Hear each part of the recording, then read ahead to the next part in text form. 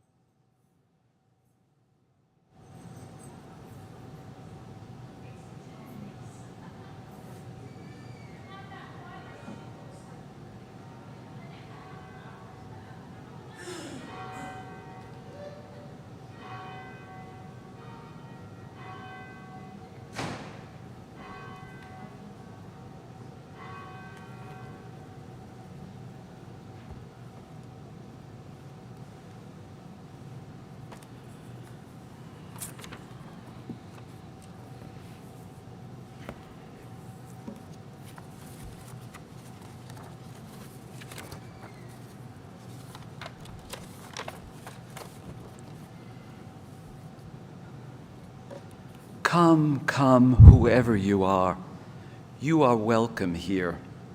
No matter your age, your size, the color of your eyes or your hair or your skin, you are welcome here. No matter how you came here, if you came alone or with others, you are welcome here.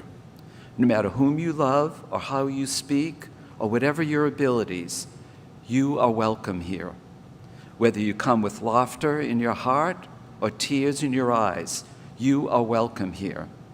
If you come with an open mind, a loving heart, and willing hands, then you are indeed welcome here.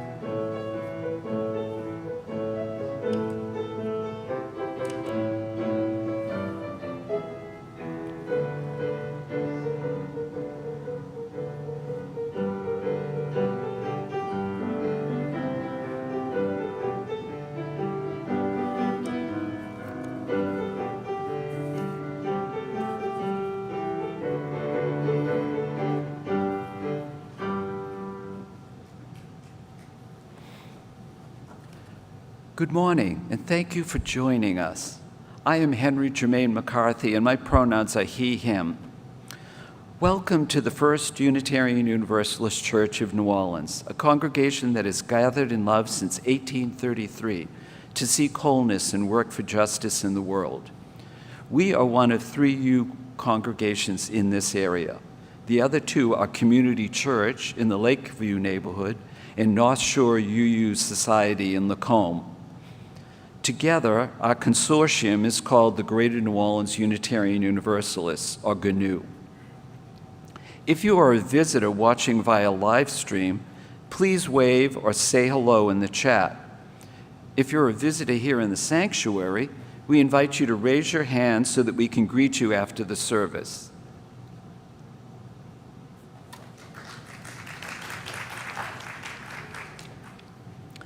Our church is currently lay-led, and our Sunday services are conducted by members of our worship team.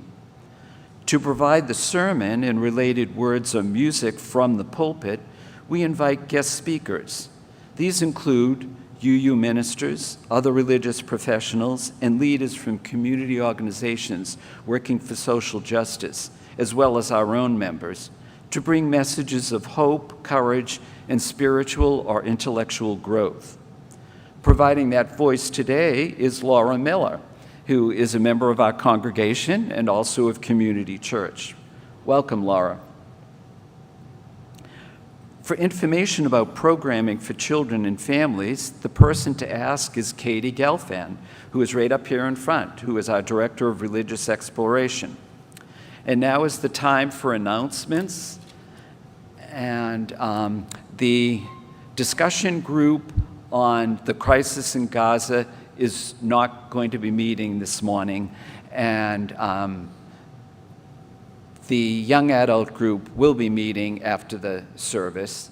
And we also have a special spotlight announcement representing families and friends of Louisiana's incarcerated children. You'll remember Antonio Travis, who spoke from our pulpit last October. Welcome back, Antonio, brother. And Tamira will give an announcement about a really interesting project that we invite you to do after the service today. Thank you. Good morning, all. So we're with FLIC, Friends and Families of Louisiana's Incarcerated Children, and every holiday we tend to give back to the children incarcerated. So we give them little candies and little cards just to remind them that they are loved and in our minds in the community. So in the back there, we have Valentine's Day cards that you guys can sign and, just spread love for the children after the service. Thank you. Thank you.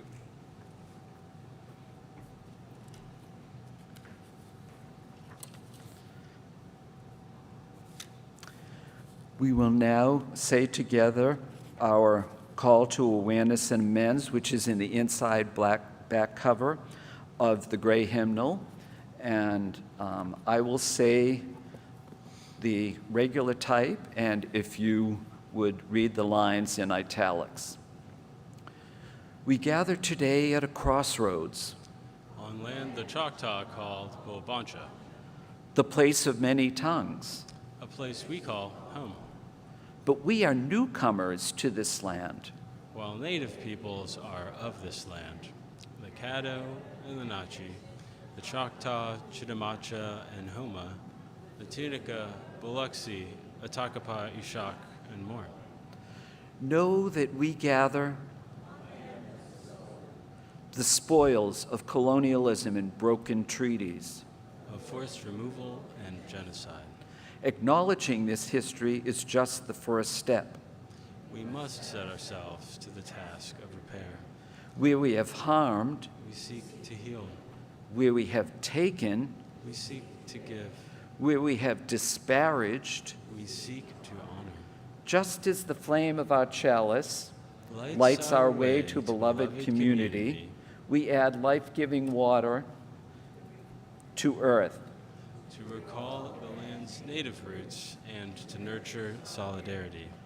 Only when we strive to make amends Do we affirm the inherent worth and dignity of each person. And we will now read together the chalice lighting, which is in your order of service. We light our chalice today to remind us of the mission of our faith, to revere both the critical mind and the generous heart, to prove that diversity need not mean divisiveness, and to witness to all that we must hold the whole world in our hands. please remain risen and join in singing our opening hymn, number 131, Love Will Guide Us.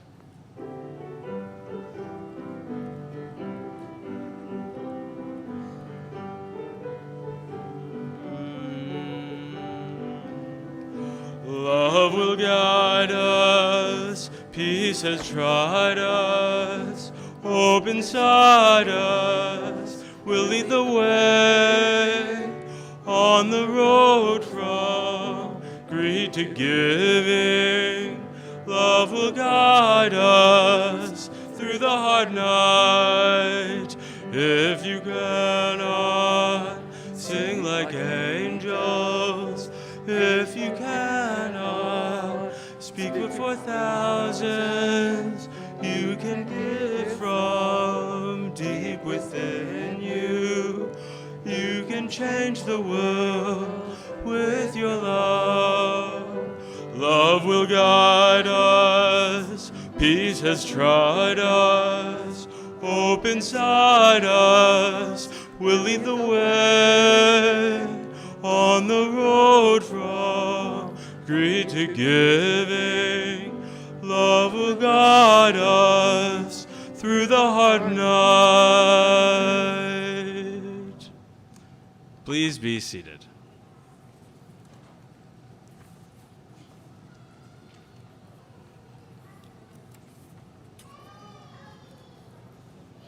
Good morning.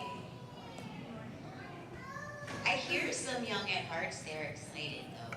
I don't know if they're excited about the time for all ages, but maybe there's some young at hearts that would be excited to join me on the carpet circles. Yay, thank you. The Crew of Kids for Change team. Any other young at hearts excited? The carpet circles. There's one more, two more carnival colors. Special carnival. Look at your Crew of Kids for Change outfits. Very cute, very cute. Hi, welcome, welcome. We got neutral ground side and sidewalk side. Oh, moms are gonna have to run back and forth, back and forth, back and forth. All right, today I have a story called Everything Possible. And this story is also a song that we're going to hear later, which is very exciting. And the story is by Fred Small, illustrated by Allison Brown.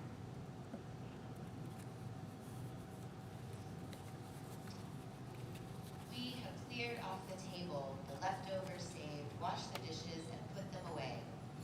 I have told you a story and tucked you in tight at the end of your knockout day. Anyone else here get tucked in at night? Yeah, that's nice, right? As the moon sets its sails to carry you to sleep over the midnight sea, I will sing you a song, one no one sang to me, may keep you in good company. I'm not going to sing, but you'll hear it sung later. You can be anybody you want to be. You can love whoever you will. You can travel any country where your heart leads. And know I will love you still.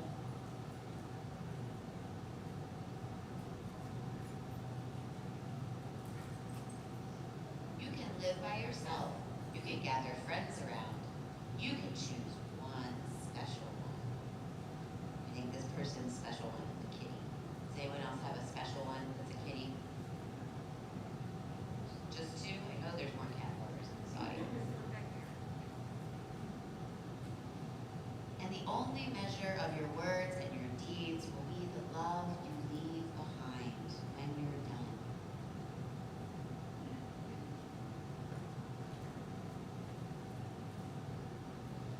Some children grow up strong and bold, while some are quiet and kind.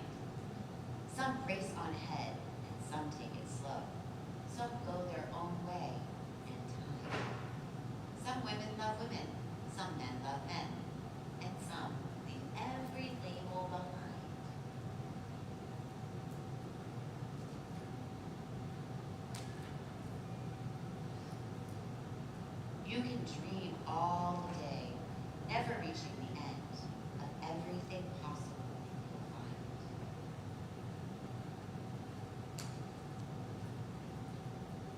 Don't be rattled by names, by taunts, by games, but seek out spirits that are true.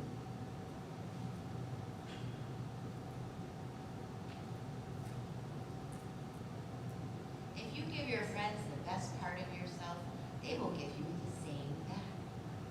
You can be anybody you want to be. You can love whoever you will. You can travel any country where your heart leads, and know that I will love you still.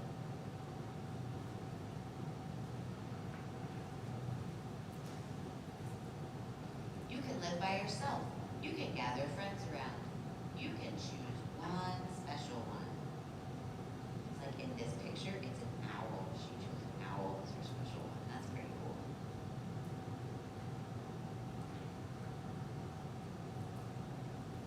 And the only measure of your words and your deeds will be the love you leave behind. I hope this reminds all of us that everything is possible and to leave behind a legacy of love. And now we have our final day of Crew of Kids for Change, who is benefiting the Wellness Project in New Orleans, which helps people get affordable therapy, because let's be honest, we all need therapy, and therapy is expensive. So with that, we'll have some wonderful music from Jane and a parade. So make sure you dig into your pockets, run out to your car if you need to, and we will be selling slices of king cake for $1 in the back of the service if you need your king cake fix.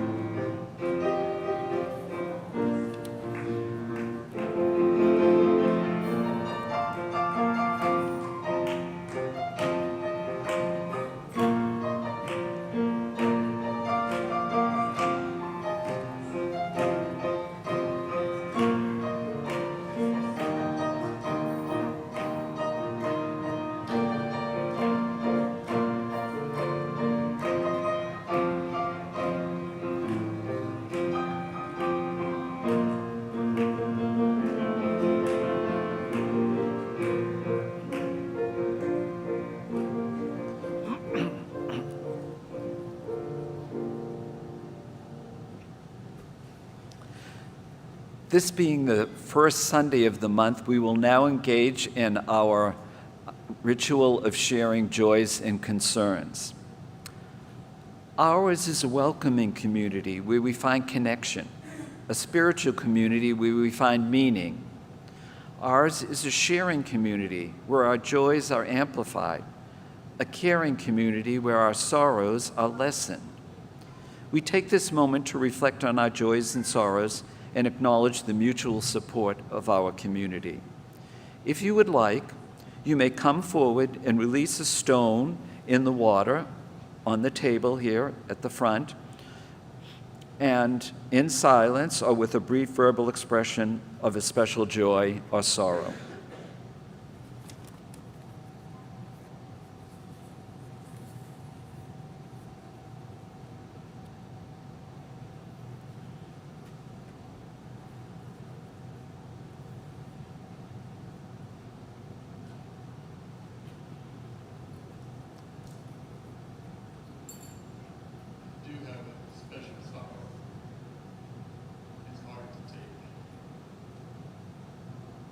This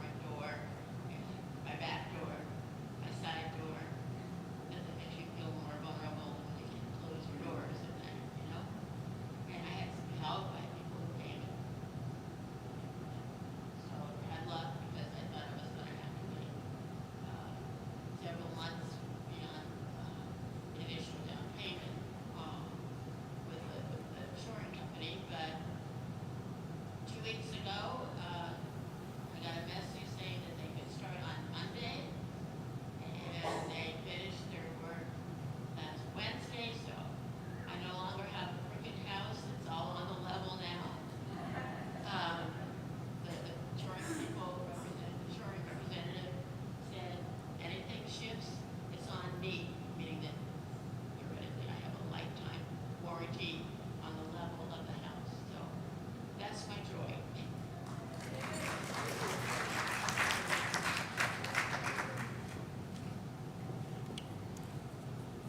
I have a story that my niece Soledad had a cardiac arrest. Right now she's on a ventilator in New Jersey, holding on.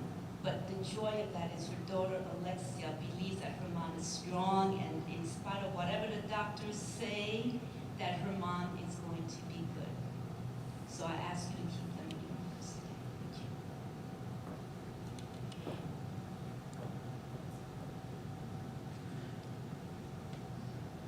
you. May we join together now in remembering those who have spoken, those they have named, and those we hold in our own hearts.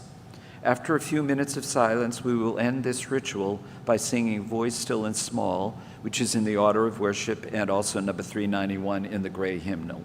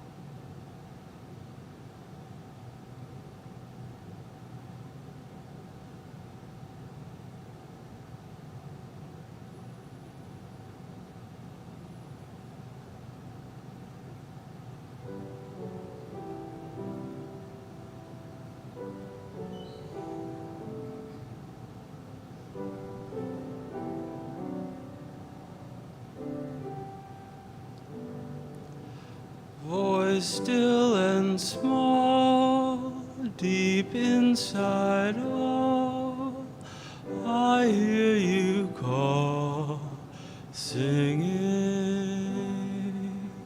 in dark and rain, sorrow and pain, still you remain, singing, calming my fears, quenching my tears, through all the years, singing.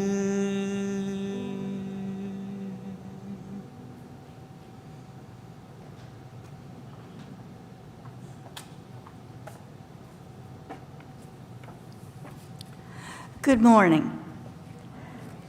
Today's reading is by the Reverend Dr. Sophia Betancourt, our current UUA president.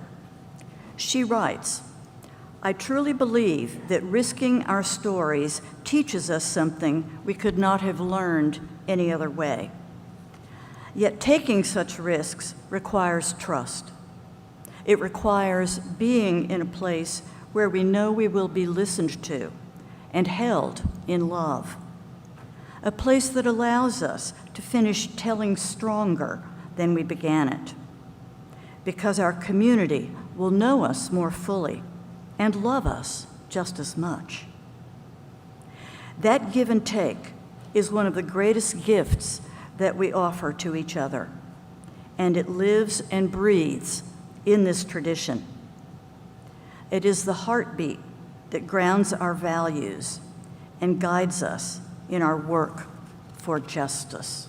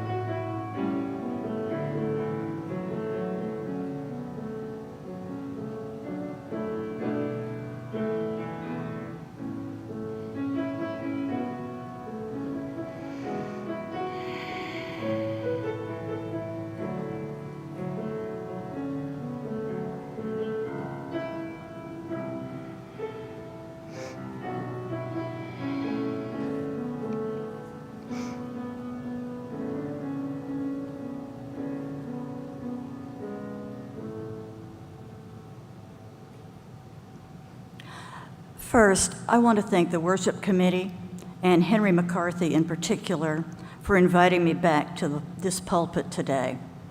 It is an honor and a pleasure to be here. So now, the love that dare not speak its name, a new challenge for Unitarian Universalists. In 1895, poet and playwright Oscar Wilde was on trial for gross indecency. As part of the proceedings, he was asked to explain what was meant by the phrase, "the love that dare not speak its name." It was widely considered to be a reference to homosexuality.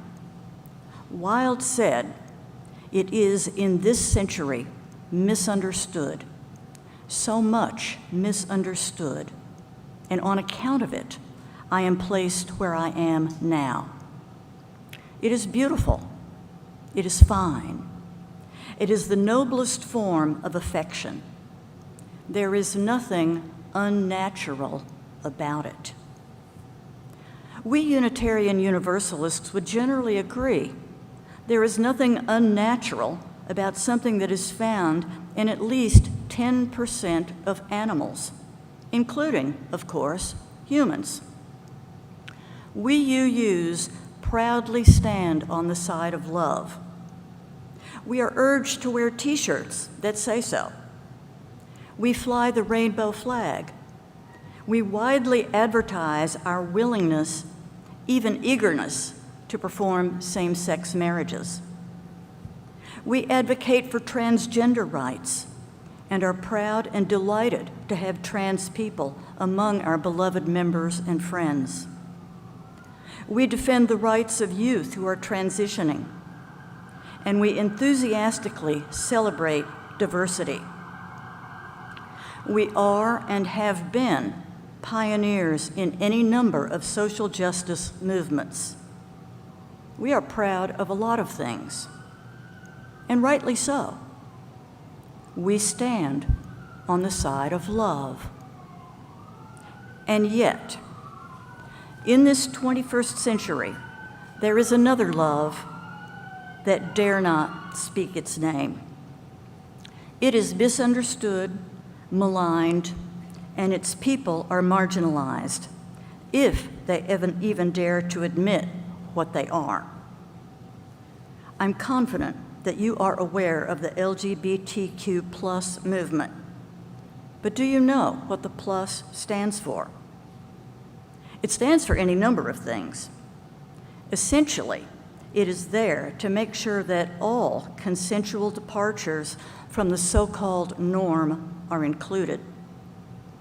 Research indicates that it is meant specifically to highlight asexual, pansexual, intersex, non-binary, two-spirit. Well, the list goes on, and it's recognized that it may in fact be infinite. So, much easier to just say plus, rather than continuing to add more letters to the already long acronym.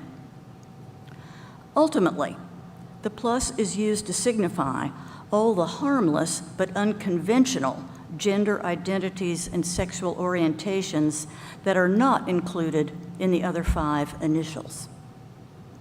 It also stands for those who are truly plus in relationships and/or have plus personalities. In this case, plus literally meaning more than one partner. It represents people you know, though you may not be aware, as they will often not proclaim themselves. It is another mostly closeted group, people living out of the mainstream, not fully able to express and be who they are for fear of ostracism or worse. I am speaking of those who are polyamorous. I remember encountering my first triad at a camping event in 1993. I'd never, to my recollection or awareness, seen nor heard of such a relationship before. This one was one man with 2 women. He was heterosexual, the women were bi.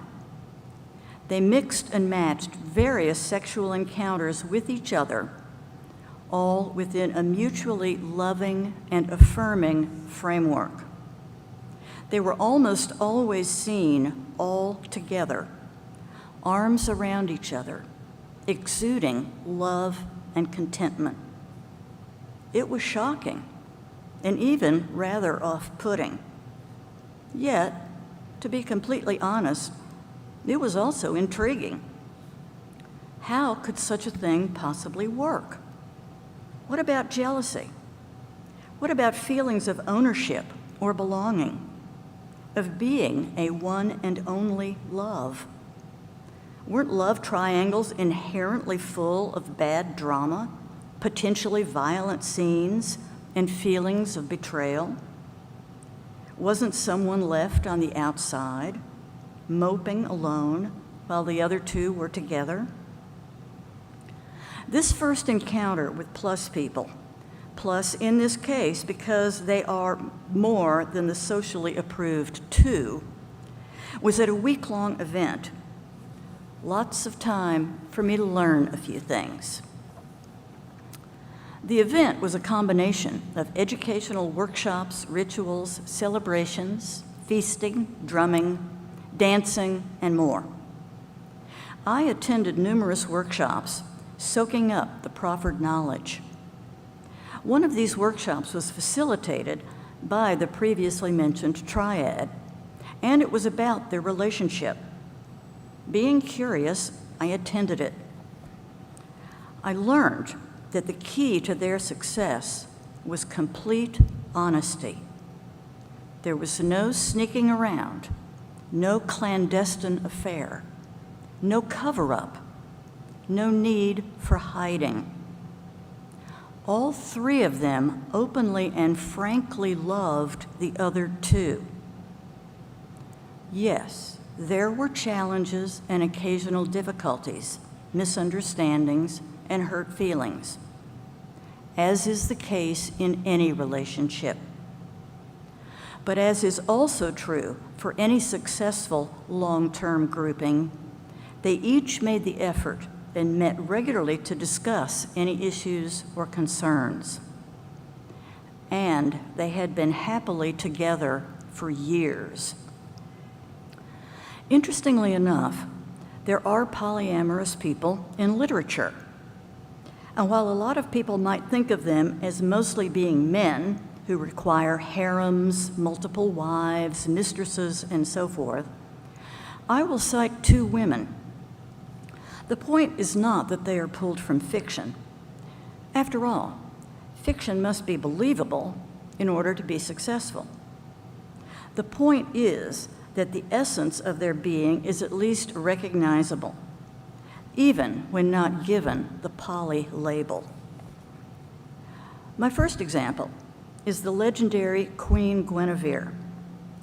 She is portrayed as being in love with both her husband, King Arthur, and his best knight, Sir Lancelot. She does not want to be forced to give up either of them. And when she is finally pushed to it, she withdraws from them both. In my mind, she is, by her very nature, polyamorous. Actions are chosen. Feelings are not. Another less well-known example is the female lead in the musical Paint Your Wagon. She is also in love with two men, and she questions, why cannot she have both of them as husbands? In her 19th century world, she cites the Mormon men with their multiple wives. Why can't she do the same? The song, Did You Ever Have to Make Up Your Mind?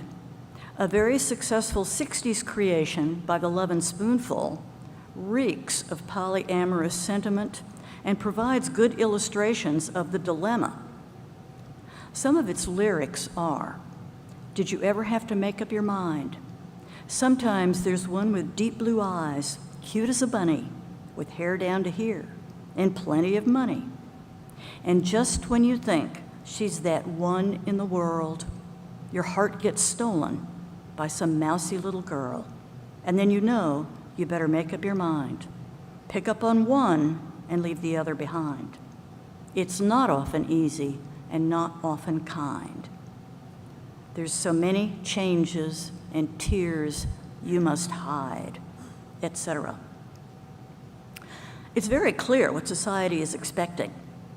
Pick one and stick with them. Yet the lyrics show how difficult it can be to do this. Why must the young man in the song restrict himself to one choice? Moving away from legends, musical theater, and song lyrics, let's look at a particularly fascinating triad from actual history. Professor William Moulton Marston was born in 1893. He was the inventor of the systolic blood pressure test and went on to invent the first functioning lie detector. He was a psychologist, a self-help author, and a comic book writer. He was employed at American University and by my own alma mater, Tufts University. He was a feminist, inspired by the suffragettes, and he believed women to be superior to men, that they were more honest and more efficient in many ways. And he deeply loved two of them. After 10 years of marriage to his wife, Elizabeth Holloway, the marriage was opened in 1925 to form a triad with Olive Byrne. The three of them lived in harmony together until his death in 1947, after which the women were together. Olive living until 1990, and Elizabeth until 1993, when she died at age 100. Both women bore children by him, and they named their offspring after each other. I mentioned that he wrote comic books. Indeed, he was the creator of Wonder Woman. Wonder Woman herself was inspired by his two partners. He hoped to create a female superhero, as strong as the men, but with intelligence, goodness, and the allure of a beautiful woman. Theirs is an amazing true story and was made into a 2017 movie, Professor Marston and the Wonder Women, which I have seen and recommend, along with the book, The Secret Life of Wonder Woman by Jill Lepore, published in 2015. But let's don't set up triads as another ideal. Some polyamorous people will play the field forever. Open marriage, if any marriage, if all parties understand, accept, and agree, really could solve a lot of problems if you think about it. Have you ever wondered why monogamy is the accepted cultural norm? After all, for so many people, it obviously doesn't work. There are, of course, those for whom it does, but why should that standard be imposed on everyone else? Many, dare I say most? Well, many people at the very least are like Jimmy Carter, lusting in their hearts, if not with their actions. Many are actually in love with more than one person. Why is this considered to be such a bad, even evil thing? Are we not meant to love? Is loving more than one person so terrible? I don't think it is. How many people have affairs, get divorced, and in other ways fail to live up to the strict code and requirements of monogamy? I dare say it's actually a majority. The problems occur when people sneak around being dishonest with what they are doing. What if open, honest communication could take place? What if people could agree to love where and when they will, as long as they don't deceive. If all involved can openly and respectfully engage with proper protections and safeguards, where is the harm? Of course, many of those who are polyamorous are not successful with their relationships. Many don't even know why.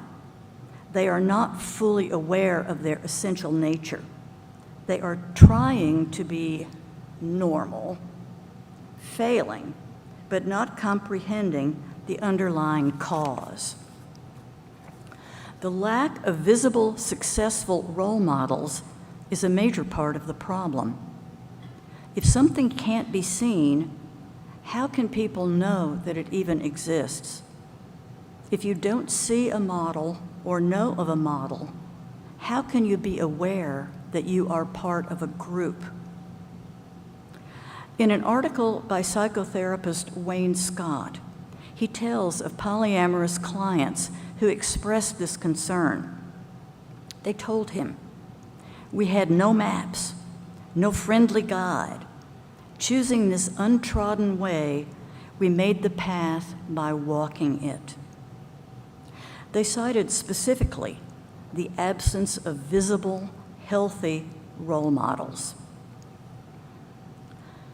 Someone very close to me personally made the following confession. It's a bit lengthy, but I think it illustrates the problem quite well.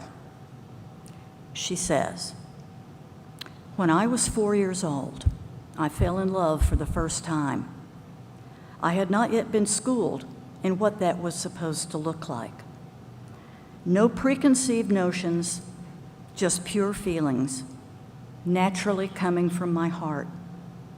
I had no idea that my feelings might be wrong in more ways than one. The recipients of my love were 2 little girls who were in my nursery school class. I've since learned that I am a B+, a polyamorous bisexual. Most of my life, however, I've lived as a straight heterosexual woman. I convinced myself that is what I am. It seemed natural enough and was easier in many ways. It was the model I saw, but it was not truly me. Now that I have learned and understand exactly who and what I am easily honest with anyone I date. As an honorable person, it is a necessary disclosure. If only this could have been modeled for me earlier. So much heartbreak could have been avoided, both for me and others." End of my friend's story. As our society moves towards more and greater understanding of what were previously demonized as sexual deviations, let's continue to open our awareness. Too many people have felt out of sync, trying to squeeze themselves into the mold that society proclaims as the right or correct way to be.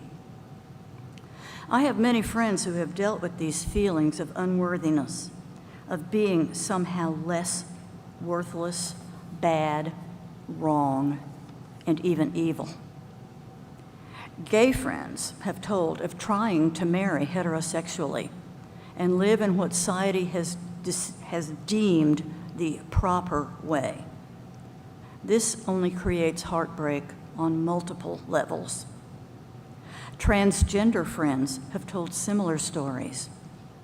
I've heard tales of people going so far as to join the military in order to become more manly. We have moved beyond the marriage is between one man and one woman dictate.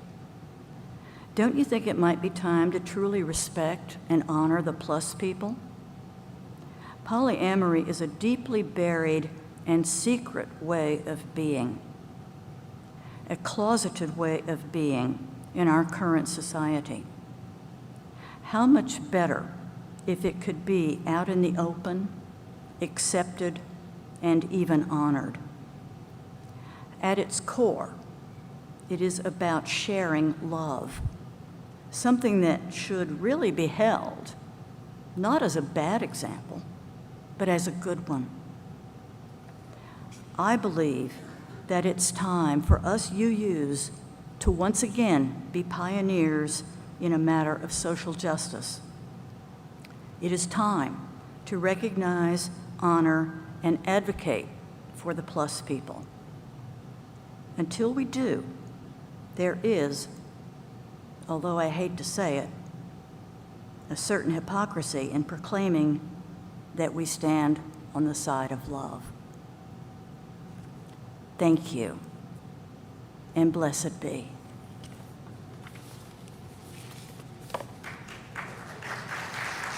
Thank you.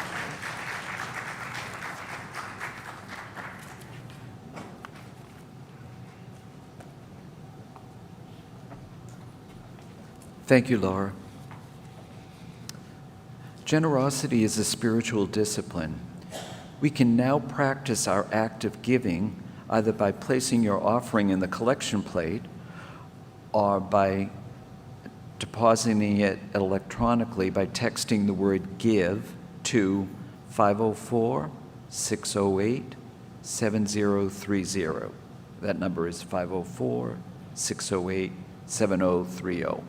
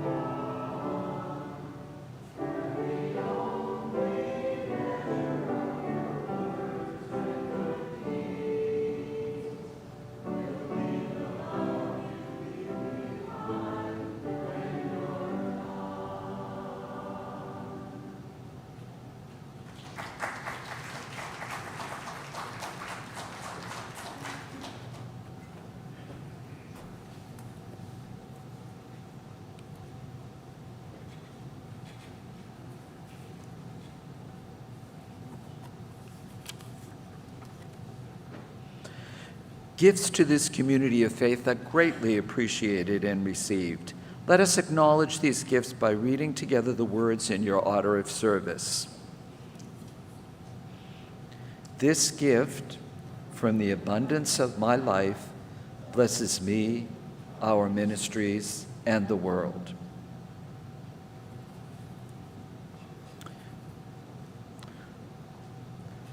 We will now have our chalice extinguishing by reading together the words in your order of service.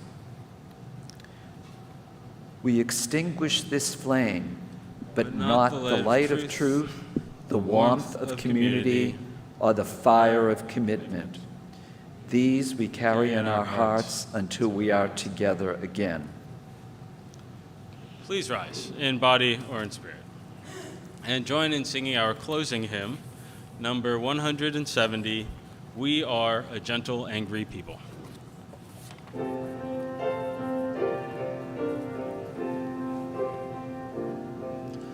We are a gentle, angry people, and we are singing, singing for our lives. We are a gentle, angry people, and we are singing, singing for our lives. We are a justice-seeking people, and we are singing, singing for our lives. We are a justice-seeking people, and we are singing, singing for our lives. We are young and old together, and we are singing, singing for our lives. We are young and old together, and we are singing, singing for our lives. We are a land of many colors, and we are singing, singing for our lives. We are a land of many colors, and we are singing, singing for our lives. We are gay and straight together, and we are singing, singing for our lives. We are gay and straight together, and we are singing, singing for our lives. We are a gentle, loving people, and we are singing, singing for our lives. We are a gentle, loving people, and we are singing, singing for our lives.